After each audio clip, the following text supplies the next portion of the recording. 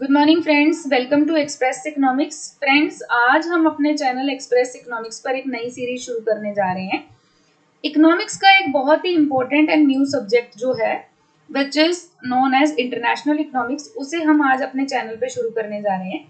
International economics की सारी theories हम अपने चैनल पे डालेंगे। इंटरनेशनल इकोनॉमिक्स एक बहुत ही इंपॉर्टेंट सब्जेक्ट बन जाता है कंपटीशन लेवल पर, खासकर इंडियन इकोनॉमिक सर्विसेज के लिए। जिन लोगों ने एमएससी इकोनॉमिक्स करी होती है तो वो लोग इंडियन इकोनॉमिक सर्विसेज के लिए अप्लाई कर सकते हैं। इंडियन इकोनॉमिक सर्विसेज इंडिया का एक बहुत ही प्रेस्टिजियस और इंटेलेक्चुअल एग्जाम है जिसके अंदर एमएससी इकोनॉमिक्स के स्टूडेंट पार्टिसिपेट करते हैं, और उनके लिए इंटरनेशनल इकोनॉमिक्स एक बहुत इंपॉर्टेंट सब्जेक्ट है बिकॉज इसकी थ्योरीज इस एग्जाम के अंदर आती ही हैं। और ये एग्जाम यूपीएससी के द्वारा ही लिया जाता है। यूपीएससी के द्वारा एक बहुत ही इंडिया का सबसे रेप्यूटेटेड और सबसे फेमस एग्जाम लिया जाता है आईएएस। ठीक है, तो आईएएस आईपीएस जिन लोगों ने बनना होता है या इंडियन फॉरेन सर्विसेज में जाना होता है, वहां पे एक ऑप्शनल सब्जेक्ट लेना मैंडेटरी होता है। तो ये ऑप्शनल सब्जेक्ट अगर आपने इकोनॉमिक्स लिया है तो इंटरनेशनल इकोनॉमिक्स एक बहुत ही इंपॉर्टेंट सब्जेक्ट बन जाता है।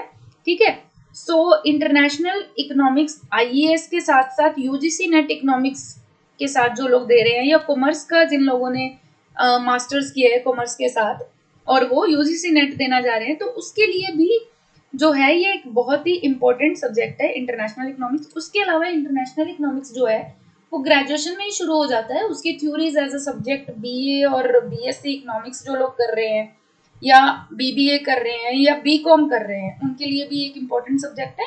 और वैसे ही जो इकोनॉमिक्स है वो मास्टर लेवल के लोगों के लिए, एमएससी इकोनॉमिक्स के लिए, एमबीए और सीए लेवल पर भी एक बहुत इंपॉर्टेंट सब्जेक्ट है। तो चलिए ज्यादा टाइम ना लेते हुए शुरू करते हैं। इंटरनेशनल इकोनॉमिक्स आज की डेट में बहुत ज्यादा एक इंपॉर्टेंट सब्जेक्ट क्यों बन गया है? क्योंकि आज की डेट में ग्लोबलाइजेशन का दौर है। कोई भी एक देश दूसरे देश से ट्रेड किए बिना नहीं रह सकता। ट्रेड के अंदर एक्सपोर्ट और इम्पोर्ट दोनों ही चीजें आ जाती हैं। आप किसी देश के साथ कितना एक्सपोर्ट कर रहे हो, किस प्रोडक्ट का एक्सपोर्ट कर रहे हो, और कितना इम्पोर्ट कर रहे हो और कितनी क्वांटिटी में कर रहे हो, ये सारी चीजें ऐसे ही डिसाइड नहीं होती। इनके पीछे बहुत ही फेमस वेरियस थ्योरीज होती हैं। उन थ्योरीज के बेसिस पे ये डिसाइड होता है कि ग्लोबलाइजेशन के इस दौर में कौन सा देश किस देश के साथ कितना ट्रेड करेगा, कितना एक्सपोर्ट और कितना इम्पोर्ट करेगा। तो ये एक्सपोर्ट इम्पोर्ट इतना ज्यादा इम्पोर्टेंट क्यों है? क्योंकि एक्सपोर्ट और इम्पोर्ट जो है वो किसी भी देश की जीडीपी का एक बहुत ही बड़ा पार्ट बन जाता है। खासकर जो स्मॉल इंडस्ट्रियल कंट्रीज होते हैं, जो छोटे छोटे देश होते हैं, और या डेवलपिंग इकोनॉमीज जिनके पास बहुत ज्यादा रिसोर्सेज नहीं होते, जो डेवलप नहीं होते, उनकी जीडीपी का एक बहुत बड़ा पार्ट होता है उनके एक्सपोर्ट, और उनके फॉरेन एक्सचेंज का एक बहुत बड़ा हिस्सा इंपोर्ट्स के अंदर जाता है। और आज की डेट में ग्लोबलाइजेशन के दौर में ये बढ़ता ही जा रहा है। जितना भी एक्सपोर्ट और इंपोर्ट आज से 40 साल पहले 20 साल पहले होते थे, उसके रिलेशन में अगर आप आज की डेट में चेक करो तो किसी भी इंडस्ट्रियल इकोनॉमी या डेवलपिंग इकोनॉमी है, उनके एक्सपोर्ट इंपोर्ट जो है उनकी जीडीपी का एक बहुत बड़ा पार्ट बन गए। So GDP is the most important term in the economics, इसीलिए इंटरनेशनल इकोनॉमिक्स इतना ज्यादा इंपॉर्टेंट हो जाता है। अगर डेवलपिंग इकोनॉमीज की बात करें तो हम एग्जांपल ले लेते हैं कि डेवलपिंग इकोनॉमीज जो होती हैं उनकी जीडीपी का एक कितना पार्ट एक्सपोर्ट इंपोर्ट होते हैं। इंडिया की एग्जांपल लेते हैं, हमारे देश की। इंडिया एक डेवलपिंग इकोनॉमी है, तो इसका जो एक्सपोर्ट है 2019-20 में देखें तो $528 बिलियन का एक्सपोर्ट था इस एक साल में। तो आप मान लीजिए जो इतना बड़ा अमाउंट है इंडिया जैसे कंट्री के लिए कितना इंपॉर्टेंट है। अगर हम एक्सपोर्ट करके इतना पैसा कमा रहे हैं तो उसे देश के किसी भी हिस्से के अंदर लगा सकते हैं। हमारे देश की एजुकेशन और मेडिकल सर्विसेज को अच्छा बनाने के लिए लगा सकते हैं। $528 बिलियन है, वो हमारी जीडीपी का एक बहुत बड़ा पार्ट है।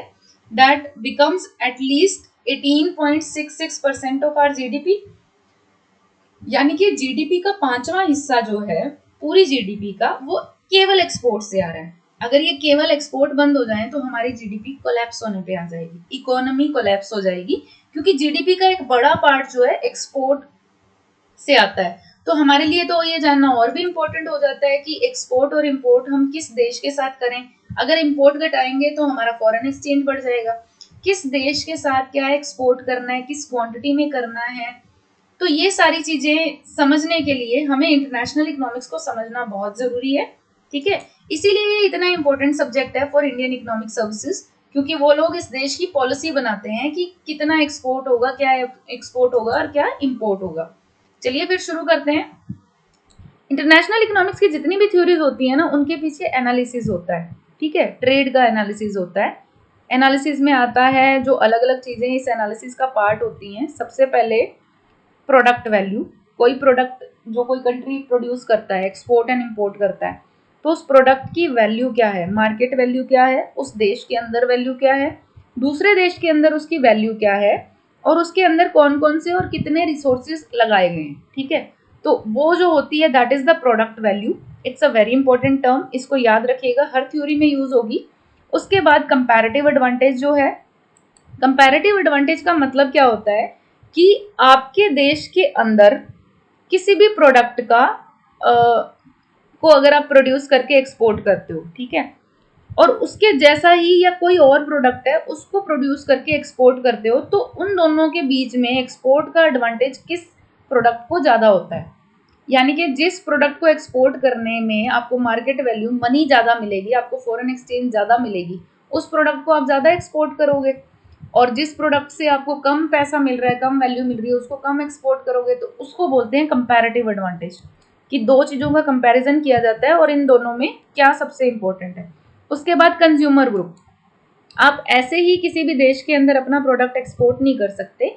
आपको पहले ये एनालिसिस करना पड़ता है कि किसी भी देश के अंदर जहां आप एक्सपोर्ट करने जा रहे हो, वहां पे क्या उस प्रोडक्ट को कंज्यूम करने के लिए लोग मौजूद है, क्या वहां पे ऐसे लोग हैं जो आपका प्रोडक्ट को लेंगे, आपके प्रोडक्ट को डिमांड करेंगे, फ्यूचर में उसकी डिमांड क्या होगी। तो ये सारी चीज़ें जो होती हैं इंटरनेशनल इकोनॉमिक्स का थ्योरीज का पार्ट होती हैं। चलिए फिर शुरू करते हैं। कोई भी इंटरनेशनल इकोनॉमिक्स की थ्योरी को शुरू करने से पहले कुछ कॉन्सेप्ट्स होते हैं, बेसिक्स, वो क्लियर करेंगे। फर्स्ट कॉन्सेप्ट हम डिस्कस करने जा रहे हैं production possibility curve under constant cost, और इसको ट्रांसफॉर्मेशन कर्व भी कहते हैं। फ्रेंड्स, अभी आप कांस्टेंट कॉस्ट को छोड़ दीजिए, इसको हम डिस्कस करेंगे इन डिटेल। सबसे पहले देख लेते हैं कि what is a production possibility curve. आपके देश में किसी भी चीज का प्रोडक्ट है, उसका प्रोडक्शन हो रहा है, तो उसकी पॉसिबिलिटी क्या है, एक कर्व के थ्रू से वो दिखाएंगे। तो प्रोडक्शन कैसे होती है, किसी भी देश के अंदर प्रोडक्शन कैसे करते हो आप, कोई भी क्वांटिटी प्रोड्यूस करते हो, तो वो प्रोडक्शन करने के लिए आपको बेसिकली क्या क्या चाहिए होता है। तो जो सबसे इंपॉर्टेंट प्रोडक्शन के रिसोर्सेज होते हैं वो होते हैं लैंड। सबसे इंपॉर्टेंट रिसोर्स है लैंड। अगर आपने कोई भी चीज़ प्रोड्यूस करनी है तो आपको लैंड चाहिए। उसके साथ ही उतना ही इंपॉर्टेंट रिसोर्स है उस देश की लेबर। जो उस देश की लेबर है उस लैंड के ऊपर कल्टीवेशन करेगी और कोई भी प्रोडक्ट को प्रोड्यूस कर सकती है। जैसे मान लीजिए हमारे देश की लेबर जो है, हमारे देश की पूरी लेबर पूरी ही लैंड को यूज़ करके वीट प्रोड्यूस करती है, ठीक है। हमारे देश की पूरी लैंड के ऊपर अगर वीट प्रोड्यूस किया जाए तो बहुत सारा वीट हो जाएगा हमारे पास, लेकिन फिर उससे ये भी होगा कि पूरी देश की लैंड के ऊपर केवल वीट प्रोड्यूस हो रहा है, उसके अलावा कुछ प्रोड्यूस नहीं हो रहा, ठीक है। अब अगर इसी लैंड को हम वीट के अलावा कोई और प्रोडक्ट प्रोड्यूस करने में लगा दें, तो उससे क्या होगा कि वीट थोड़ा कम होना शुरू हो जाएगा, है ना, क्योंकि नया प्रोडक्ट प्रोड्यूस करने के लिए लैंड और लेबर दोनों ही लगाने जरूरी हैं। तो जब आपने वीट को जो लैंड दी है वही लैंड से कॉटन प्रोड्यूस करना शुरू कर दिया, तो वीट की प्रोडक्शन कम होनी शुरू हो जाएगी, और जितनी लैंड कॉटन को दी जा रही है उतनी कॉटन की प्रोडक्शन बढ़नी शुरू हो जाएगी, ठीक है। तो इस कंडीशन में आपके देश की लैंड और लेबर को यूज करके आप कुछ अमाउंट में वीट प्रोड्यूस कर रहे हो और कुछ अमाउंट में कॉटन प्रोड्यूस कर रहे हो। तो ये जो ग्राफ है वो आपके देश की प्रोडक्शन पॉसिबिलिटी दिखाता है कि दो अलग अलग क्वांटिटी अगर आप प्रोड्यूस करने जा रहे हो अपने देश की लेबर और लैंड को यूज करके। सबसे पहली बात तो ये कि लेबर और लैंड जो होते हैं वो दोनों के दोनों ही लिमिटेड रिसोर्सेज होते हैं, ठीक है। अगर आपने एक रिसोर्स को यूज कर लिया तो उसको आप दूसरी जगह यूज नहीं कर सकते। फॉर एग्जांपल, अगर आपने लैंड को यूज कर लिया वीट प्रोड्यूस करने में, क्योंकि लैंड लिमिटेड है, ठीक है, तो जो लिमिटेड अमाउंट में लैंड लेबर होती है उसको आप एक ही प्रोडक्ट में एक ही जगह यूज कर सकते हो, ठीक है, दोनों जगह यूज नहीं कर सकते। तो यही सारी चीजें दिखाने के लिए प्रोडक्शन पॉसिबिलिटी जो है वो कर्व जो आपको दिखाती है। तो चलिए कर्व पे चलते हैं, प्रोडक्शन पॉसिबिलिटी कर्व। तो अभी ये देखेंगे कि प्रोडक्शन पॉसिबिलिटी कर्व है क्या, बनती कैसे है। तो जैसा कि मैंने आपको बताया, प्रोडक्शन पॉसिबिलिटी कर्व की कुछ अजम्पशंस होती हैं कि एक नेशन मान लीजिए अलग अलग क्वांटिटी दो अलग अलग प्रोडक्ट की प्रोड्यूस कर रहा है, अलग अलग गुड्स की, जो हमने अपनी अभी अभी वीडियो में देखे वीट एंड क्लॉथ। तो दोनों के दोनों प्रोडक्ट हैं, वीट एंड क्लॉथ या कॉटन जो है, इनको प्रोड्यूस करने के लिए लेबर और लैंड की ज़रूरत होती है, जो कि लिमिटेड अमाउंट में होती है। लेबर और लैंड दोनों ही आपके देश के अंदर एक लिमिटेड अमाउंट के अंदर होते हैं, ठीक है। तो अगर हम एक प्रोडक्ट को ज़्यादा प्रोड्यूस करेंगे तो दूसरा जो प्रोडक्ट है वो कम क्वांटिटी में प्रोड्यूस होगा, जैसा कि हमने वीडियो के अंदर देखा था, क्योंकि वही लैंड और लेबर आप दूसरे प्रोडक्ट के लिए यूज़ कर रहे हो। तो हमने प्रोडक्शन पॉसिबिलिटी कर्व के अंदर जो अलग अलग क्वांटिटी कैसे प्रोड्यूस होती है, जब एक क्वांटिटी बढ़ती है तो दूसरी कम होती जाती है, वो जिस कर्व के अंदर हम डाल देंगे तो उसको प्रोडक्शन पॉसिबिलिटी कर्व कहते हैं, ठीक है। अब हम लोग एक टेबल के थ्रू देख लेते हैं। मान लीजिए सबसे पहले आपके देश की पूरी लैंड को यूज करके हमने वीट प्रोड्यूस किया, तो वीट की हमने 120 क्वांटिटीज प्रोड्यूस कर ली और कॉटन की 0 क्वांटिटी प्रोड्यूस हो रही है, क्योंकि पूरे देश की लैंड और लेबर केवल वीट प्रोड्यूस कर रही है, जैसा कि मैंने आपको वीडियो में दिखाया था, ठीक है। तो अगर मान लो यही वीट की कुछ क्वांटिटी मैं थोड़ी सी कम कर देती हूँ, तो मेरे पास लैंड और लेबर फ्री हो जाएगी, उससे मैं कॉटन प्रोड्यूस करूंगी। तो मैंने क्या किया, वीट की 20 क्वांटिटीज कम करके वही लैंड जो है और लेबर कॉटन के लिए प्रोड्यूस करने में लगा ली, तो मेरे पास 30 क्वांटिटी ऑफ कॉटन हो गई एंड 100 क्वांटिटी ऑफ वीट हो गई। मतलब वीट की 20 क्वांटिटी कम हो गई 20 यूनिट्स, और कॉटन के 30 यूनिट्स मेरे बढ़ गए, ठीक है। इसी तरीके से अगर मैं थोड़ी सी वीट की लैंड जो है वो और कॉटन के लिए यूज करने में लगा दूं, लैंड और लेबर दोनों को ही, तो मेरे पास जो है वीट के यूनिट्स थोड़े कम हो जाएंगे, 80 हो जाएंगे, फिर 20 कम हो गए और कॉटन के 30 बढ़ गए, ठीक है। तो मैं वीट के 20 यूनिट्स जैसे ही कम करती जाती हूँ ना, 80 से 60, फिर 60 से 40, वैसे ही मेरे कॉटन के 30 यूनिट्स बढ़ते जा रहे हैं, ठीक है, क्योंकि वही लैंड और लेबर मैं कॉटन में लगा रही हूँ, और कॉटन की उतनी ही लैंड और लेबर अगर मैंने वीट की 20 क्वांटिटीज की लैंड और लेबर हटा के कॉटन को दे दी, तो वहां पे कॉटन के 30 यूनिट्स प्रोड्यूस हो रहे हैं। तो इन दी एंड हम जैसे जैसे बढ़ाते जाते हैं, एक टाइम ऐसा आता है कि हमने सारी लैंड जो है वो कॉटन को दे दी है, तो वहां पे 180 यूनिट्स ऑफ कॉटन प्रोड्यूस हो रहे हैं विद 0 यूनिट्स ऑफ वीट, ठीक है। ये एक सिचुएशन है। इस टेबल को ध्यान से देखिए, अगर मैं यही यूनिट्स को एक्स और वाई के कोऑर्डिनेट्स पे डाल दूं तो वो कैसे बन जाएगा, ठीक है। अब हम देखते हैं कि एक्स और वाई के ऊपर जब हम इन सारे आइटम्स को डालते हैं, इन सारे कोऑर्डिनेट्स को एक्स और वाई के ऊपर डालते हैं, तो उसका क्या रिजल्ट निकलता है। इसी को हम एक ग्राफ के माध्यम से देखेंगे। एक्स एक्सिस के ऊपर हम कॉटन ले लेते हैं और वाई एक्सिस के ऊपर हम ले लेते हैं वीट, ठीक है। तो मेरे जो कोऑर्डिनेट्स हैं डायग्राम के अंदर वो क्या बनेंगे, 120 एंड 0। वाई एक्सिस पे मैंने वीट ली है, एक्स एक्सिस पे कॉटन ली है, तो 0 एंड 120, क्योंकि वीट की क्वांटिटी पीछे जा रही है, फिर 30 एंड 100 एंड देन 60 एंड 80, क्योंकि एक्स एक्सिस पे मेरे कॉटन है, ठीक है, फिर 90 एंड 60 एंड देन 120 एंड 40, ठीक है।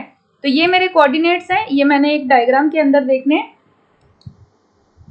0 to 120, 30 to 100, 60 80, 90 60, 120 40, 150 20। ये कहाँ से लिए मैंने, ये मैंने इसी ग्राफ के माध्यम से, इसी टेबल के माध्यम से लिए। जो मेरी वीट है वो वाई एक्सिस पे है, कॉटन एक्स एक्सिस पे है, तो मेरा फर्स्ट कोऑर्डिनेट बनता है 0 एंड 120, ठीक है, 0 एंड 120। देन सेकंड है मेरा 30 एंड 100, जैसे ये 30 और 100, कॉटन को मैंने एक्स एक्सिस पे लिया है, वीट को वाई एक्सिस पे लिया है, तो मेरी ग्राफ के अंदर 30 एंड 100 हो गया, थर्ड इज 60 एंड 80, फोर्थ 90 60, ये जो है 30 30 बढ़ते जा रहा है और 20 20 कम होते जा रहा है। अब मैं इन सबको मिला दूंगी, एक्स एक्सिस पे कॉटन, वाई एक्सिस पे वीट, मैं इन सबको मिला दूंगी, तो इन सबको मिलाने से जो मेरे पास कर्व बन जाएगी, जो मेरे पास लाइन आएगी, उसको प्रोडक्शन पॉसिबिलिटी कर्व बोलते हैं, ठीक है। सो ये जो प्रोडक्शन पॉसिबिलिटी कर्व मैंने बनाई है अंडर कांस्टेंट कॉस्ट है। जैसे हर 20 क्वांटिटी ऑफ वीट के रिड्यूस होने से, हर 20 क्वांटिटी जैसे जैसे मैं वीट कम करती जाती हूँ, तो उससे टोटल 30 क्वांटिटी ऑफ कॉटन बढ़ते जा रहा है, तो इसको बोलते हैं production possibility curve under constant cost. ऐसा तो नहीं हुआ कि मैंने पहली बार 20 क्वांटिटी ऑफ वीट घटाया तो 30 क्वांटिटी ऑफ कॉटन प्रोड्यूस हुआ, फिर और 20 क्वांटिटी ऑफ वीट घटाया तो उससे मुझे 30 की बजाय 25 की कॉटन क्वांटिटी मिली या 40 की मिल गई, उतनी ही रही ना, 30 20 20 कम होता गया। इस लाइन से भी देखिए तो ये एक बिल्कुल लीनियर शेप में लाइन बन जाएगी अगर आप इन सारे कोऑर्डिनेट्स को मिलाओगे, और ये कोऑर्डिनेट्स हमने इस टेबल से लिए हैं। So this is how a production possibility curve works. ठीक है, इसको ध्यान से देखना है, इस टेबल को, इस कर्व को ध्यान से देखना है, एंड देन इस टेबल को भी ध्यान से देख लीजिए। जब आपसे क्वेश्चन पूछा जाएगा ना कि प्रोडक्शन पॉसिबिलिटी कर्व होती क्या है, तब आपको ये टेबल बनाना जरूरी है। उस टेबल के साथ साथ जो मैंने आपको डायग्राम दिखाया है वो भी बनाना जरूरी है। इस तरह से पहले कोऑर्डिनेट्स ले लेने हैं, फिर इनको मिला देना है। ठीक है, सो प्रोडक्शन पॉसिबिलिटी कर्व जो है यहीं पे खत्म होता है। अगर आप इतने ही इंटरेस्टिंग वीडियोस के साथ पूरे इंटरनेशनल इकोनॉमिक्स को समझना चाहते हो तो हमारी वेबसाइट rankcracker.co.in पे जाइए, वहाँ पे आपको फुल कोर्स मिल जाएगा इंटरनेशनल इकोनॉमिक्स का। Production possibility curve under constant cost मैंने आपको यहाँ पे दिखा दी है, लेकिन कॉस्ट चेंज भी होते हैं, प्रोडक्शन पॉसिबिलिटीज चेंज होती हैं। तो वेरिएबल कॉस्ट जो होता है, यानी कि अगर आप कॉस्ट चेंज कर दोगे तो प्रोडक्शन पॉसिबिलिटी कर्व कैसी बनेगी, वो मैं आपको नेक्स्ट वीडियो में बताती हूँ। इस वीडियो को लंबा ना करते हुए यहीं पे ख़त्म करते हैं। Thank you so much, good luck.